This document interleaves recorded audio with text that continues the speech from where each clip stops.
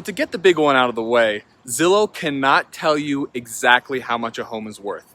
A Zestimate, according to Zillow, is an estimated market value for a home computed using proprietary formula including public and user submitted data. Zillow does have a formula for calculating estimated home values, but without going through a full market analysis, including a physical inspection of the property and significant understanding of local market conditions, it would be very difficult to come up with a precise valuation for your home. We could spend this entire video on just this one point, so instead of doing that, you guys can look forward to a future video about home valuations versus estimates coming soon. So moving on, the next big item you won't find on Zillow is the seller's property disclosure. This is a legal document that the seller fills out listing any known material defects in the property, of course, according to the seller's current and actual knowledge.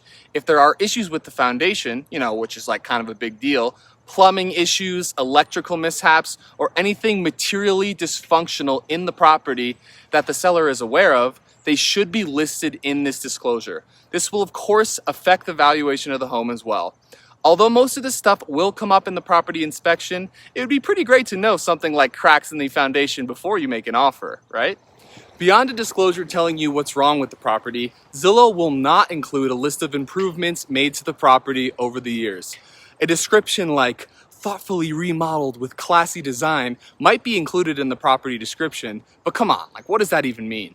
A home built in 1924 may be worth a whole lot and not very much depending on the renovation history of the property, which you can't find on Zillow. The next chunk of info you won't find on your Zillow app is HOA documents, zoning regulations, or CCRs. Not climate change realties, but covenants, conditions, and restrictions. This is basically a list of documents telling you what you can and cannot do with your property. Some HOAs don't allow solar panels or won't let you change the color of that Acadia white community conforming fence. Some HOAs won't even let you grow food in your yard. Looks like it's only resource-sucking British-style long grass for you. Certain zoning regulations might not even let you run a yoga studio in your sunroom. Forget that house. Point being, if how you use your property is very important, Zillow won't be of too much help on that front. Don't you guys just love hiring a professional to come and clean out a giant container of sewage every 3 to 5 years? I'll tell you, neighbors just love the smell. Age, condition, and type of sewer and septic system will not be found on Zillow. It'll take a little more due diligence to find that out. Age and condition of your well will also not be found on Zillow. Clean water and reliable waste disposal won't be confirmed by our favorite blue app. The final piece of information that I'm going to talk about that's not found on Zillow are the broker remarks. And in this crazy seller's market, this is more important than ever. Sometimes, and now more often than not, the listing agent will create a contract and acceptance deadline in the broker remarks on the MLS. This tells you when offers are due and at what time the seller will choose an offer.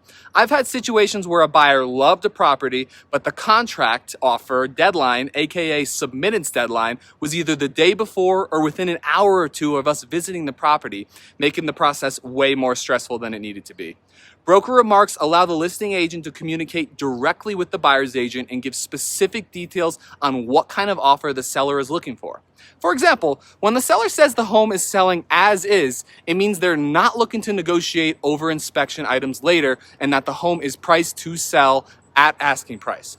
Having the inside scoop on the mind of the seller can give you a huge technical advantage when it comes to crafting an offer to buy your home and actually win. You should also keep in mind that the buyer's agents are most commonly compensated out of the fee charged by the listing broker, aka the realtor selling the house. What this means is that the percentage of the commission the buyer's agent will receive at closing is not listed on Zillow, but only listed on the MLS by the listing broker. So if you have an agreement that your buyer's agent will get 3% of the final sales price of your home from the seller, Zillow will not be telling you how much the listing agent is offering as a co-op fee.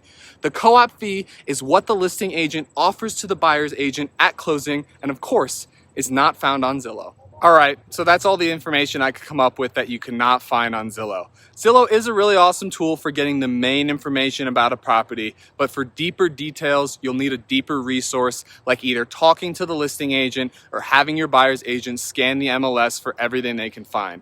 Thank you guys so much for watching. If you like this video, go ahead, like, share, tweet, hashtag bicycle going by, TikTok, Instagram, Reels, comments, story, social media promotion. Love you guys. Check out the newest episode of Changing the Climate every Thursday, streaming on pretty much every single platform, including Facebook and Instagram. Talk to you guys soon. Peace out.